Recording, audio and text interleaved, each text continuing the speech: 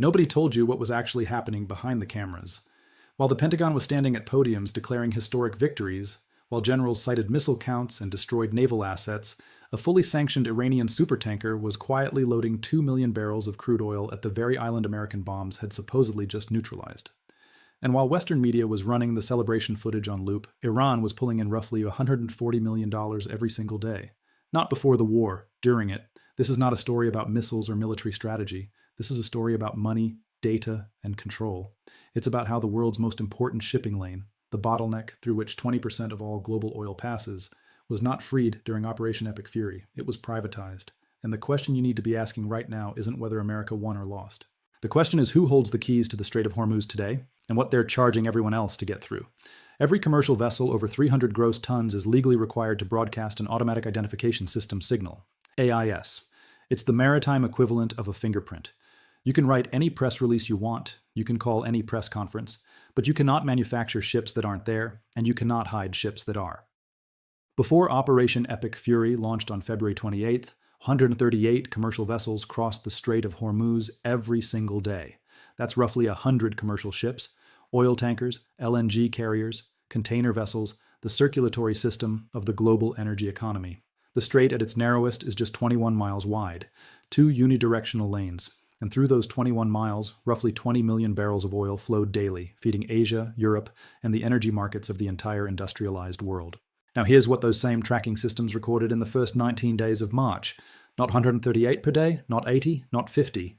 A total of 114 crossings for the entire period. That's approximately 6 ships per day. A 95% collapse in traffic through the single most critical energy choke point on Earth. Let that number settle for a moment. 95%. On March 14th, the day of the main American strike, the day the Pentagon declared Operation Epic Fury had reached a critical milestone, not a single confirmed commercial transit was recorded on open AIS channels. 0. The following day, 2 dry cargo ships and 1 eastbound tanker crossed. March 16th, 2 more crossings. This is not what a liberated trade route looks like. This is what clinical death looks like, but here's where the data gets structurally revealing because the strait wasn't dead for everyone. Pull the flag data on those 114 ships that did get through, and the pattern jumps out immediately. Vessels linked to Iran, China, and non-Western states passed without incident. Western-flagged ships were completely absent from the equation. The Strait of Hormuz in March 2026 was not closed. It was selective, and whoever was running the selection process wasn't sitting in the Pentagon. The most striking evidence of how thoroughly the strait's dynamics had shifted comes not from Western shipping companies, they simply stopped showing up, but from India. 22 Indian vessels found themselves trapped inside the Persian Gulf in mid-March, carrying a combined cargo of approximately 215,000 metric tons of liquefied natural gas, 321,000 tons of LPG, and 1.676 million tons of crude oil. India, a country that purchases Iranian crude, a country that has maintained relatively warm diplomatic relations with Tehran for years, had to deploy its own naval assets to escort its energy carriers out of the Gulf. If a nation friendly to Iran needed warships to extract its own tankers, what exactly does Washington's claim that the strait is open and safe actually mean? The answer becomes clearer when you map the attack incidents. By mid-March, the UK Maritime Trade Operations Office and the Joint Maritime Information Centre had catalogued over 20 confirmed security incidents across the broader region. The tankers Zephyros and Vishnu were struck during ship-to-ship transfer operations in the northern Gulf, resulting in fires and casualties aboard both vessels.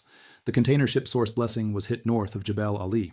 The vessel Skylight took a strike 5 nautical miles from Qasab, Oman, 4 crew members wounded. The bulk carrier Mayari Nari was hit while attempting to exit the strait, and ships like One Majesty, MKD Vam, and Siana were attacked while sitting at anchor, not even attempting transit. Stationary vessels, attacked anyway. The radius of danger had expanded far beyond the strait itself. The entire Persian Gulf had effectively become a no-go zone for commercial navigation, unless you had some form of prior arrangement with the party controlling the threat environment. And that party wasn't flying an American flag. Coastal Oil Storage Facility. Let's talk about Karg Island. According to official U.S. statements, American strikes targeted Iranian infrastructure, including oil export terminals. The Pentagon described the operation as one that would decimate Iran's revenue streams and economic capacity. Karg Island, sitting approximately 15 miles off Iran's southwestern coast, handles roughly 90% of all Iranian crude oil exports.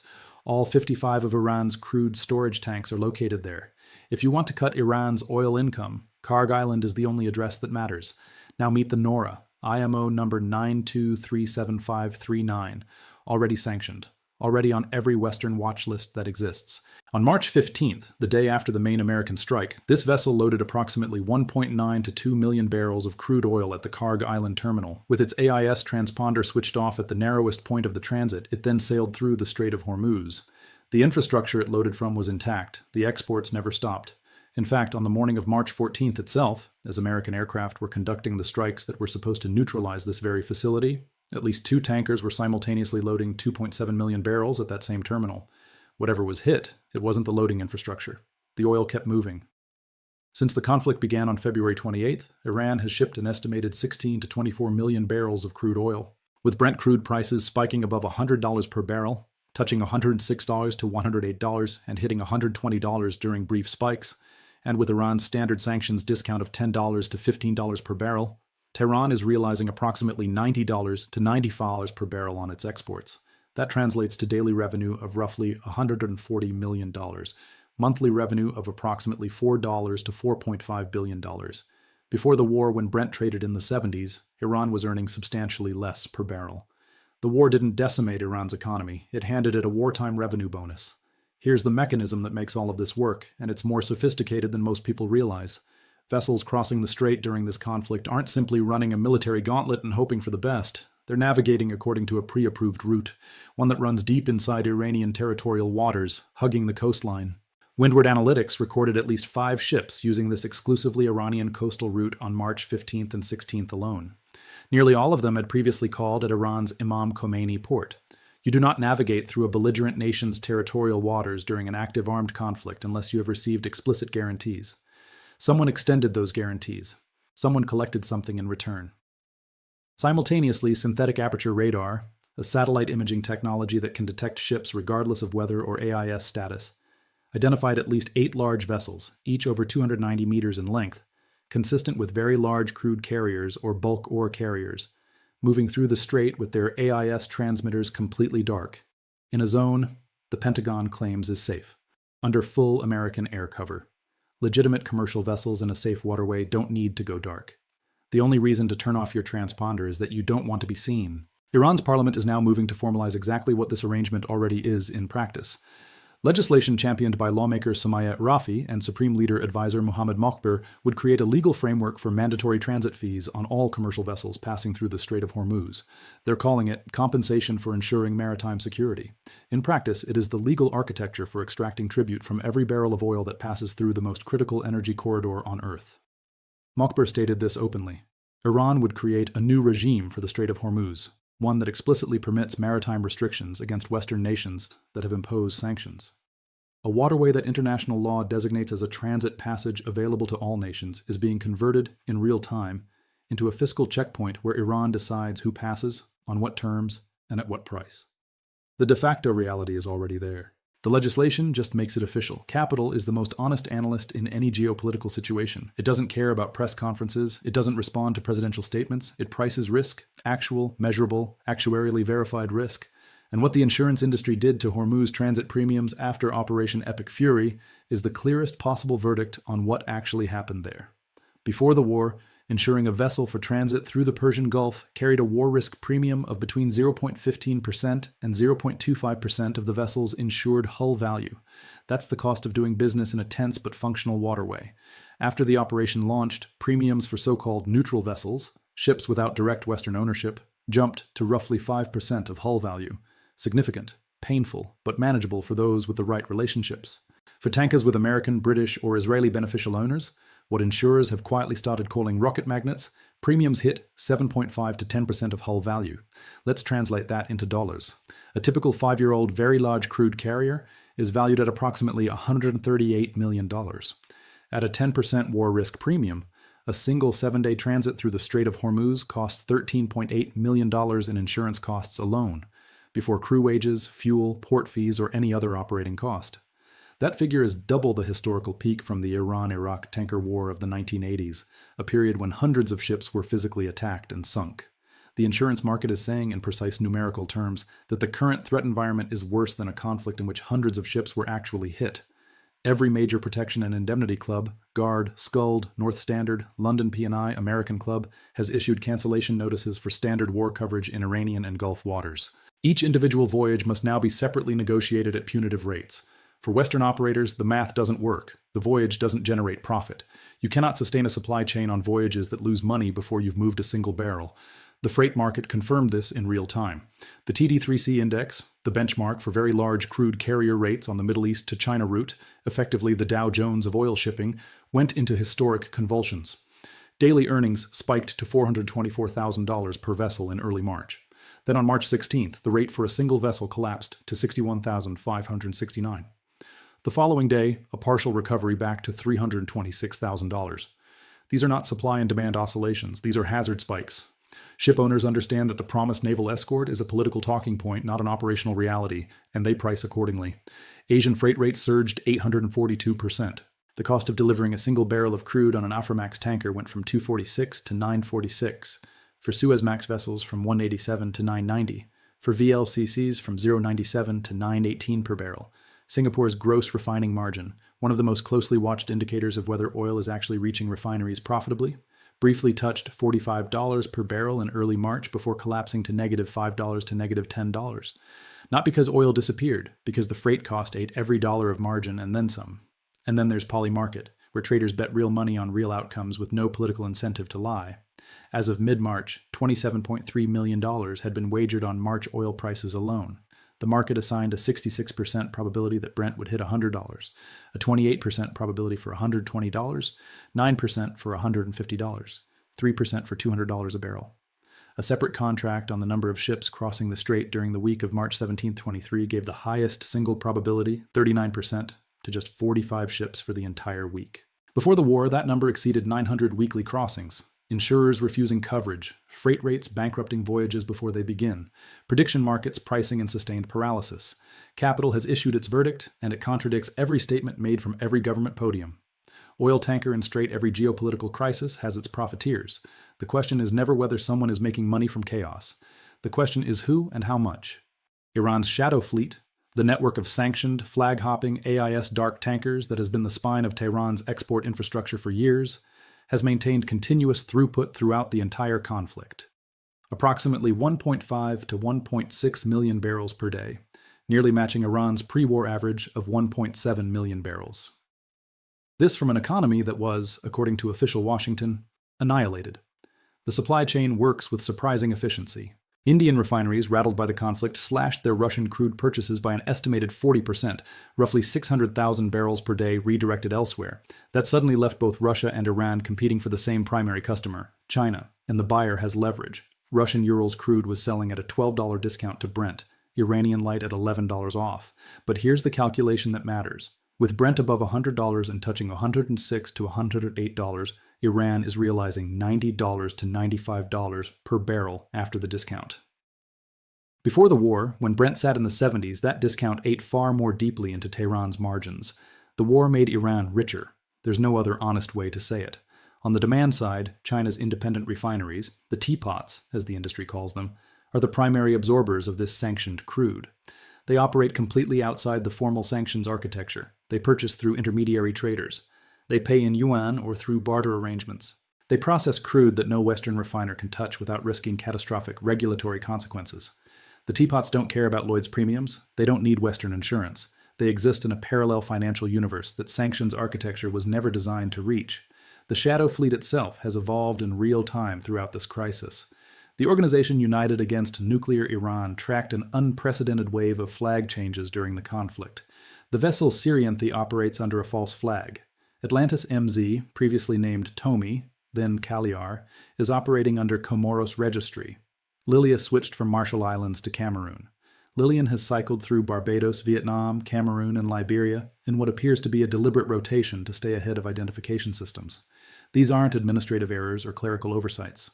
These are evasion protocols being executed in the middle of an active conflict. And then there is the ship-to-ship transfer operation.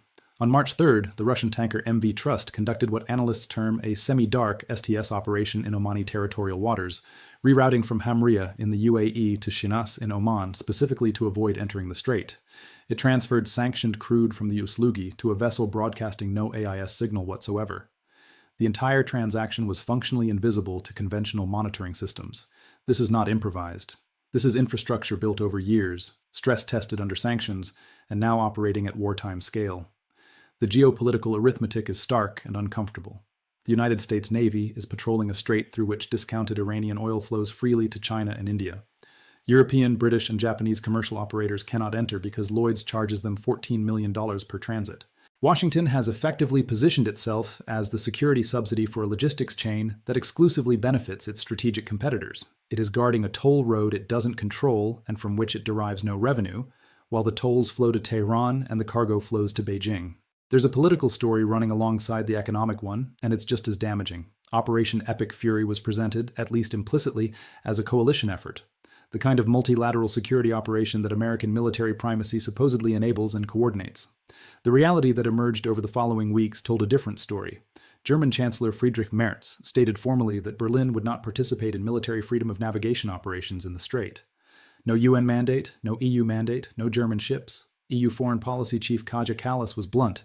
This is not our war. British Prime Minister Keir Starmer expressed caution about being drawn into a broader conflict. Japan declared the threshold for deploying naval vessels in the region extraordinarily high. The coalition that was supposed to share the strategic burden does not exist. Washington stands alone, patrolling a strait through which its rivals' energy supplies flow while its own allies watch from a safe distance and calculate what the whole affair is going to cost their economies. Europe is absorbing energy price shocks. Japan and South Korea are watching their LNG supply chains convulse, and none of them are sending ships. This matters far beyond the immediate military picture. The post-1945 security architecture, the Pax Americana that has underwritten global trade for 8 decades, rests on a simple proposition, that American power can guarantee commercial access to the global commons. When Japan looked at Hormuz in March 2026 and declined to commit naval assets, it was quietly revising its risk assessment of that proposition. When Germany said, "Not our war," it was acknowledging that the burden-sharing framework has quietly collapsed. These aren't press conference moments. They're strategic recalibrations that will play out over years. None of this stays abstract for American voters. By mid-March, the national average price of gasoline had jumped 81 cents in 3 weeks, reaching $3.88 per gallon. In Oregon, $4.54. Diesel, the fuel that moves every truck, every freight delivery, every package shipped through Amazon or any other logistics network in the country, broke $5, sitting at $5.04. This is happening during spring break. Millions of families on the road. Every cent at the pump is a political seismograph, and the needle was spiking hard. The Consumer Price Index, which the Federal Reserve had wrestled down to 2.4% before the bombs started falling, is now under renewed upward pressure from the Energy Sub-Index. Analysts at Bloomberg NEF projected Brent crude at $91 by year-end if the strait remains constrained. Some models showed the Federal Reserve unable to cut interest rates until 2027, an inflation shock compounding into a credit tightening that bleeds into mortgage rates, auto loans, business investment. The domestic transmission mechanism of a distant naval engagement. The administration's response has been extraordinary in its urgency. The White House authorized the release of 172 million barrels from the Strategic Petroleum Reserve over 120 days, roughly 8.4 million barrels per week dumped onto the market to suppress prices. This was part of a coordinated International Energy Agency effort involving 400 million barrels globally, the largest emergency SPR draw in the IEA's history. Here are the numbers that actually matter. Before this drawdown, the Strategic Petroleum Reserve held 415.4 million barrels, stored in salt caverns at Big Hill, Bryan Mound, and West Hackberry in Texas and Louisiana. After the 172 million barrel release, the reserve will hold approximately 243 million barrels, the lowest level since 1982, and this comes after the reserve was already significantly depleted once before, a 180 million barrel release between 2021 and 2022 to offset the energy shock of the Ukraine war.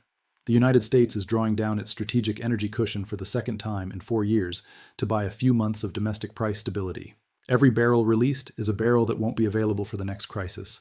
And as this situation makes clear, crises do not wait for reserves to refill. On March 18th, the president signed a 60-day waiver of the Jones Act, the 1920 law that restricts domestic maritime fuel transport to American-flagged vessels, simultaneously ordering the offshore operator Sable to restart California shelf production. These are emergency measures. They are also public admissions that the domestic fleet cannot move fuel to where it's needed without regulatory carve-outs, and that the country's own production infrastructure requires wartime orders to operate at necessary capacity. Treasury Secretary Scott Bessent appeared on television to insist the media was manufacturing a crisis. The White House proposed allocating $20 billion for reinsurance pools to cover Gulf shipping. Lloyd's syndicates responded by continuing to price precisely as their actuarial models dictated. Government promises didn't move the needle. Capital doesn't take political pledges as collateral. Strip away the press conferences, the flag waving, the military briefing graphics with their clean arrows and color-coded targets. Look at what the data shows, because the data is the same from every political angle. The Strait of Hormuz in March 2026 is open. But it is open only for those with permission to pass, permission granted by the party that controls the threat environment.